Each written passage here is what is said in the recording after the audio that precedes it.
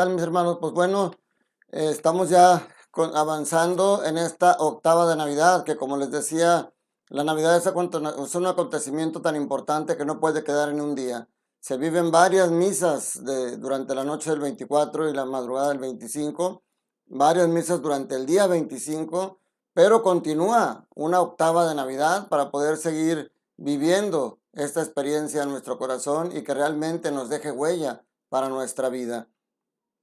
La fiesta, la octava de Navidad, la iniciamos con el nacimiento de Jesús, la continuamos ayer con la fiesta de la Sagrada Familia y hoy, lunes 27 de diciembre, pues bueno, sigue otra fiesta también muy importante, como siempre que hay una fiesta de un apóstol y más si es un apóstol evangelista, es una fiesta importante. Hoy, lunes 27 de diciembre, celebramos la fiesta de San Juan, apóstol y evangelista. Un saludo para todos nuestros vecinos. Está aquí cerca la parroquia de San Juan Evangelista, aquí en Monterrey. Y pues bueno, la primera lectura que nos va a estar acompañando durante estos días de Navidad es la primera carta del apóstol San Juan. Y hoy es el inicio de esta carta, capítulo 1, versículos del 1 al 4. Pero recordamos primero quién era este apóstol Juan, este evangelista. Recordemos que era uno de los primeros 4 discípulos.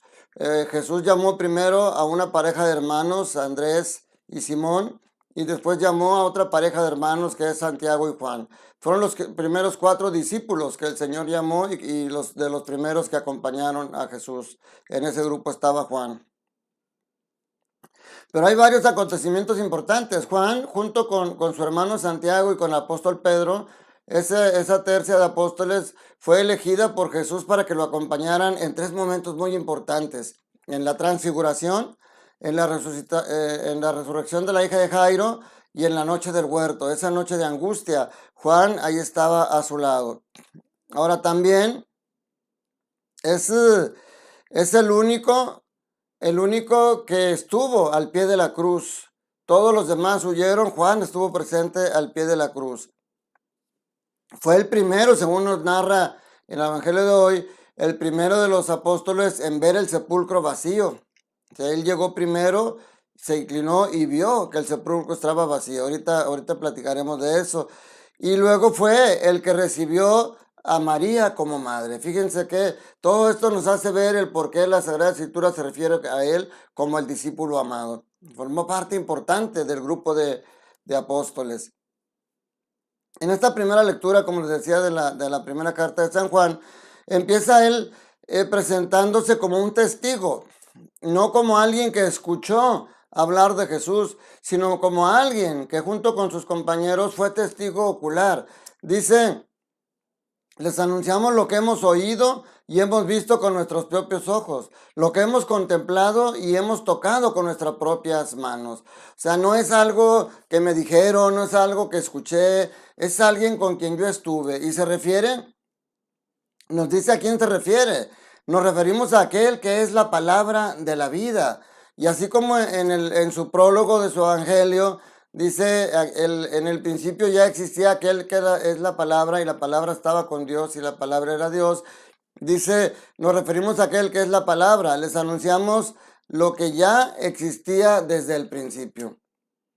Nos queda claro que está hablando de su experiencia con Cristo, que es el de la vida y que viene aquí y confirma que es el que trae la vida eterna. Dice, nosotros lo hemos visto y somos testigos de ello.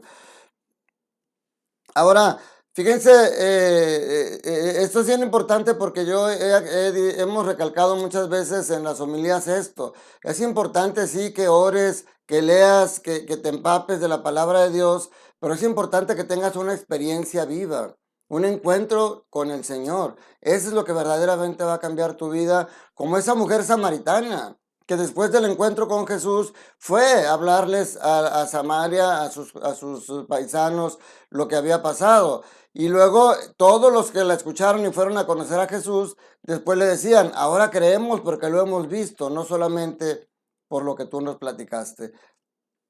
Qué importante es ser testigo de Jesús, pero testigo de esa manera, no de lo que escuchamos, sino de lo que hemos sido nosotros testigos realmente directos de estos acontecimientos. Nosotros obviamente no estuvimos en aquellos tiempos, pero lo vivimos en cada Eucaristía y palpamos a Jesús cuando lo comulgamos. Entonces es importante tener esa experiencia con Cristo. Y luego, bueno, fíjense cómo termina, es bien importante cómo termina esto. Dice, les anunciamos pues lo que hemos visto y oído para que ustedes estén unidos con nosotros. O sea, por eso les decía, la samaritana tuvo el encuentro y no se quedó con él, fue a hablarles a sus paisanos de ese encuentro. Por eso dice aquí San Juan, para que juntos estemos unidos con el Padre y su Hijo, Jesucristo. Y luego fíjense qué hermoso termina. Les escribimos esto para que se alegren y su alegría sea completa. Ninguna alegría que te pueda ofrecer este mundo es una alegría verdadera y completa. Solamente la alegría que nace del encuentro con Cristo Jesús es la alegría que perdura. En el Evangelio, por supuesto que es del apóstol San Juan, capítulo 20, versículos del 2 al 9. Fíjense qué interesante, estamos en Navidad, seguimos el tiempo de Navidad y hoy la liturgia nos presenta el acontecimiento después de la muerte de Jesús. El sepulcro está, ya Jesús está en el sepulcro, María Magdalena va a ver cómo está y a llevarlo, a embalsamarlo, cuando se da cuenta que la puerta está abierta y que está vacío, y se regresa a avisarle a los apóstoles. Entonces Pedro y Juan corren, pero Juan, por ser más joven, llega primero. Pero fíjense el respeto, él llega primero, solamente se inclina, pero deja que primero llegue Pedro, que es el cabeza del grupo, y sea él el primero que entre. Y entonces sí, detrás de él entra San Juan y dice, vio y creyó, porque hasta entonces no entendían qué era aquello de que Jesús iba a resucitar de entre los muertos. Otro punto importante en este pasaje, dice, miraron los lienzos puestos en el suelo. Y dice que cuando ya entraron, dice, contempló los lienzos puestos en el suelo y el sudario que había estado sobre la cabeza de Jesús, puesto no con los lienzos en el suelo, sino doblado en sitio aparte. Fíjense, esto primero, en primer lugar, nos dice que no era como María Magdalena pensaba, que se habían robado el cuerpo. Alguien que se entra a robar el cuerpo, pues no se toma la molestia de doblar y de dejar doblado, deja todo tirado.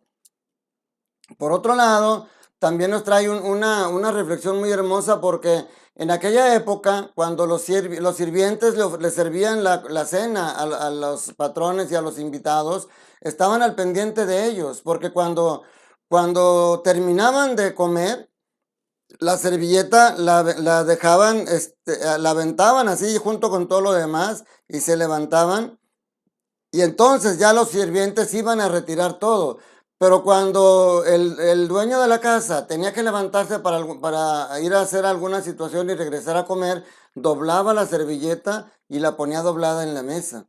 Esa era una señal para el sirviente, que le decía, todavía no he terminado, voy a regresar a continuar.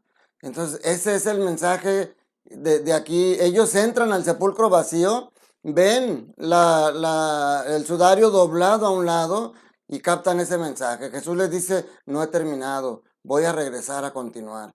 Este es un mensaje muy hermoso que nos queda claro. Y aparte, lo que yo les decía, mis hermanos, la Navidad, el verdadero sentido de la Navidad, claro que no es todo lo comercial, los regalos, los tamales, piñata, todo eso. Ese no es el verdadero sentido de la Navidad. Dicen, el verdadero sentido de la Navidad es el nacimiento del niño Jesús, y en parte es cierto, porque como les decía, el verdadero sentido de la Navidad es la cruz de Cristo.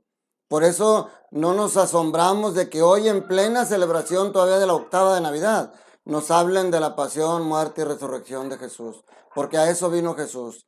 No vino simplemente a nacer y a vivir y a convivir con nosotros. Él vino a ocupar un cuerpo como el nuestro para vivir como nosotros vivimos, pero sobre todo para morir y dar la vida por nosotros. Es hermoso en esta fiesta de San Juan pensar en que esta Navidad tiene que darle sentido a nuestra vida, que Jesús vino a dar la vida por nosotros. A esa vida que hoy dice San Juan es una vida eterna, no es una vida pasajera. Y esa alegría que dice, que esa alegría debe perdurar para siempre.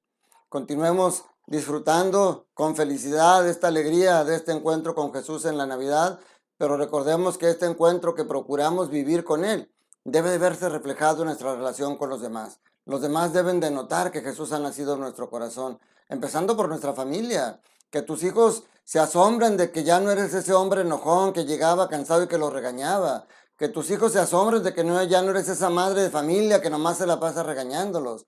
Que sus hijos se asombren de verlos ahora más unidos que nunca. Que se perdonen cuando se equivocan. Que sus papás, queridos hijos, que sus papás se asombren de ver cómo ahora son más obedientes, más disciplinados.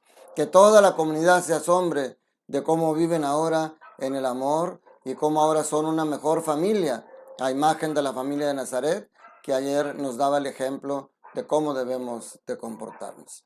Que la bendición de Dios Todopoderoso, Padre, Hijo y Espíritu Santo, descienda sobre ustedes y sus familias y permanezca para siempre. Les doy un fuerte abrazo, cuídense mucho, feliz Navidad, sigamos con la alegría de la Navidad de Jesús en nuestro corazón. Que tengan un día lleno del amor de Dios.